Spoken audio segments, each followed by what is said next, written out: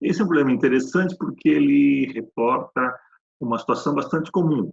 Quando você dá partida no carro com o farol aceso, ou com o rádio ligado, ou com o limpador de para-brisas funcionando, você percebe que o limpador para, o rádio desliga, o farol fica mais fraco.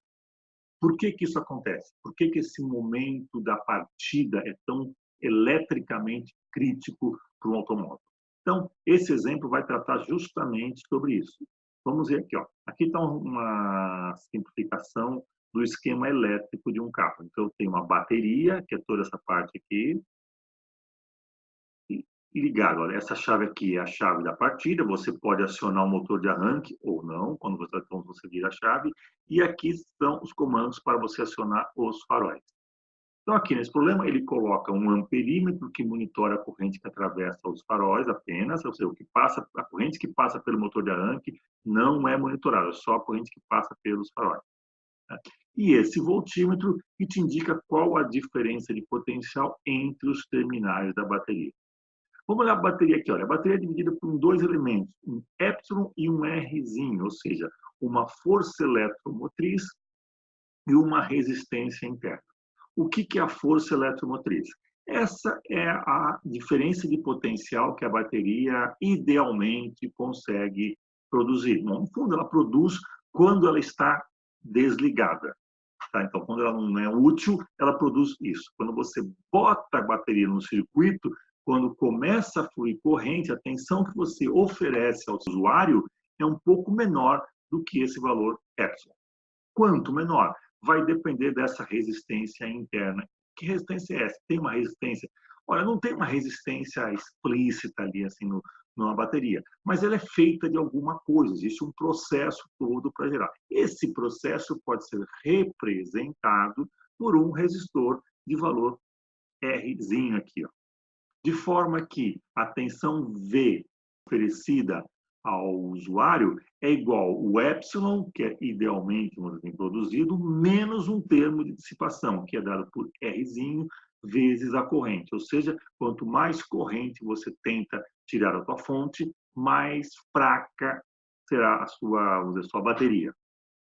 Bom, vamos então continuar. Essa bateria, no primeiro momento, está ligada só aos faróis. Então, aqui está o circuito simplificado. Eu tenho a bateria de força eletromotriz epsilon e resistência interna Rzinho, que alimenta os faróis. Então, a corrente que sai da bateria, ao chegar nesse ponto, parte vai para o voltímetro para fazê-lo funcionar, indicar qual que é a diferença de potencial, e parte vai para os faróis. Então, vamos ver como que é isso aí. Bom, a parte que vai para o voltímetro é muito pequena, porque um voltímetro ideal tem resistência interna muito grande. Muito grande em relação a quê? Bom, muito grande em relação ao circuito, em relação a resistência desses faróis aqui. De forma que, quando chegar nesse ponto, praticamente toda a corrente vai para os faróis e quase nada vai para o voltímetro. É uma pequena parte, mas o suficiente para fazer o teu voltímetro funcionar. Então, lembra que voltímetro de resistência infinita é um voltímetro queimado, ele não funciona. Ele tem que ter uma resistência muito grande ou muito maior que a do circuito, mas tem que passar um pouco de corrente. Então, não pode ser infinito, tem que ser muito grande. Mas vamos lá. No nosso problema, nós vamos tratar o voltímetro como ideal, de forma que a corrente que o voltímetro puxa para ele é muito baixa, é desprezível. Então, toda a corrente que sai da fonte atravessa os faróis. E ela é medida aqui por esse amperímetro. Então, esse IF, a corrente que atravessa os faróis, é a mesma que sai da fonte aqui. Então, a primeira parte do problema ele fala que quando os faróis são acesos, o amperímetro mede 10 amperes e o voltímetro 12 volts. Daí já podemos calcular ou estimar quanto que é a resistência equivalente dos faróis. Se você tem aqui no lugar do farol um resistor e ele, quando alimentado por 12 volts, circula através dele 10 amperes, então quer dizer que a resistência equivalente dos faróis é 12 volts dividido por 10 amperes, V igual a RI. Então, a resistência interna dos faróis aqui são da ordem de 1,2 ohm. Mas ele quer saber, na primeira parte do problema, qual que é essa força eletromotriz. Então, vamos calcular esse circuito aqui, ó, essa malha única. Por quê única? Porque a corrente que passa por aqui eu vou desprezar. Então, eu tenho a malha única. Então, vamos escrever o nosso circuito aqui. Então, eu tenho aqui, olha, o que eu vou sair desse ponto? Eu vou ganhar epsilon, vou perder essa diferença potencial, que é V. Então, eu tenho epsilon menos V menos RI igual a zero. Está escrito aqui, ó, o que eu ganhei na fonte, eu perdi passando pelo farol e perdi outra parte passando aqui pela residência interna. Então, epsilon menos V menos RI igual a zero. Essa é a equação dessa malha aqui única desse circuito. Então, ele quer saber quanto vale o epsilon, basta isolar, porque ele me fornece V 12 volts, resistência interna 50 miliamperes e a corrente medida no período 10 amperes. Resistência interna 50 miliohms e a corrente 10 amperes. De forma que a força eletromotriz, aquilo que a bateria gera, vamos dizer assim, desligada, é 12,5 volts. Significa o seguinte, se você pega a bateria, tira do carro e mede com ele fora do circuito, ou com o motor desligado, tudo desligado, ela mede 12 volts e meio. Se você liga o farol, ela vai cair para 12 volts. Cadê o meio volt?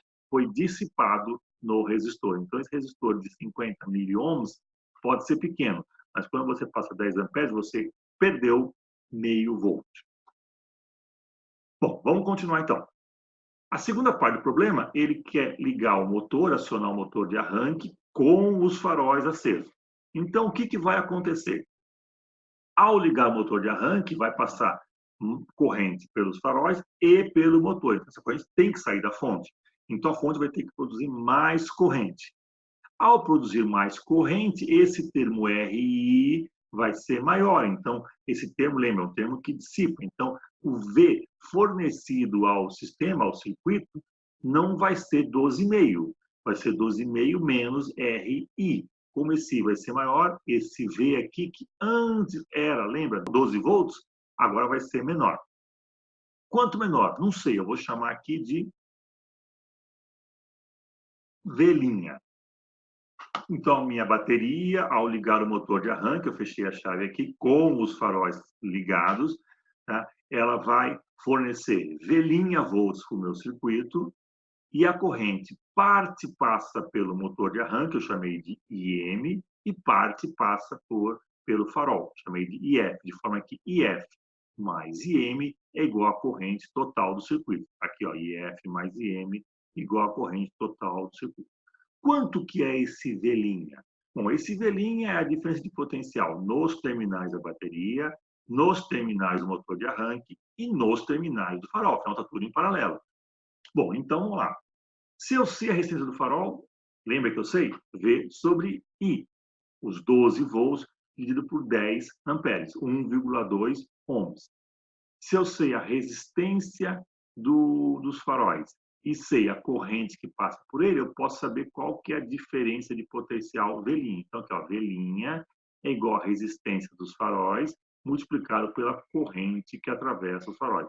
Qual que é a resistência? 12 volts por 10 amperes. Qual que é a corrente que atravessa? Agora ele fala aqui no problema, ó, que depois de ligado, o perímetro, a leitura cai para 8 amperes. Então, esse valor aqui é 8 amperes. Isso vai dar 9,6 volts. Ou seja, eu tenho a bateria que produz 12 volts e meio, mas quando eu ligo o motor com o farol aceso, esse valor aqui cai de 12,5 para 9,6. Bom, 9,6 não consegue fazer o farol funcionar de maneira ideal, entendeu? Ele fica um pouco mais fraco. O teu rádio não consegue funcionar com 9,6 volts, ele desliga. O motorzinho que mexe o limpador de para-brisa também não vai ter força para fazer isso, ele vai parar, vai ficar esperando ter tensão. Então, há todo um colapso elétrico no momento em que você vira a chave. Por quê? Porque vai passar uma corrente muito grande, já vamos calcular, o que implica que a diferença de potencial da bateria cai de 12,5 para 9,6 volts. Né? Mas quanto que é essa corrente? Então vamos calcular aqui, ó. Eu posso escrever essa equação. Para atravessar a fonte, então eu tenho mais epsilon. Ao atravessar aqui o meu farol, eu diminuo de menos V', venho aqui, e ao atravessar a resistência interna, eu perco RI, I total, tá? Então, vamos lá. Eu sei quanto vale epsilon, eu sei quanto vale V', eu sei quanto vale R, então eu posso calcular quanto que é essa corrente que atravessa aqui a minha bateria. Fazendo isso, nós vamos calcular que é igual a 58 amperes. Quando você vira a chave, saem 58 amperes da tua bateria. Lembra, só com o farol ligado, você tinha 10 amperes. Com o motor de arranque, isso passa para 58 amperes. Como que isso é dividido? Parte passa pelo motor de arranque, parte passa pelos faróis. Qual a parte passa pelo farol? Nesse caso agora, dar a partida com o motor com o farol ligado, 8 amperes passam pelos faróis. É o que fala o problema. Porém, os outros 50 amperes vão atravessar o motor de arranque. Por que tanta corrente? Porque esse motor ele tem que girar toda aquela mecânica para dar, vamos dizer, para quebrar a inércia, para começar a funcionar o motor. Depois ele funciona de maneira, vamos dizer assim, baseada no combustível. Mas até lá, quem move o teu carro é a tua bateria. Você tem, por alguns segundos, um carro elétrico. Tá? Pelo menos para o motor de partida. Depois da partida, funciona à base de combustível. Então, vamos lá. 58 amperes é muito? Bom, para ter uma ideia, um chuveiro residencial costuma gastar em torno de 40 amperes. Então, isso aqui consome mais do que um chuveiro, que é um dos instrumentos elétricos que mais consomem na tua casa. Bom, se 58 saem da bateria, então 50 amperes é o que atravessa, é o que requer o motor de arranque para que ele funcione. Por isso que quando você vira a partida, sai muita corrente, precisa muita corrente fornecida pela bateria, de forma que sobra pouca coisa para o farol funcionar. Porque essa muita corrente precisa, aumenta esse termo aqui de dissipação, o que você fornece para o circuito não é 12 volts, mas sim 9,6 volts, e tudo funciona com uma eficiência menor. Então, por isso que é interessante você desligar o farol, desligar o rádio, desligar o limpador de para-brisa, desligar o ar-condicionado, e aí sim dá partida. Uma vez o carro funcionando, aí você pode ligar tudo de novo.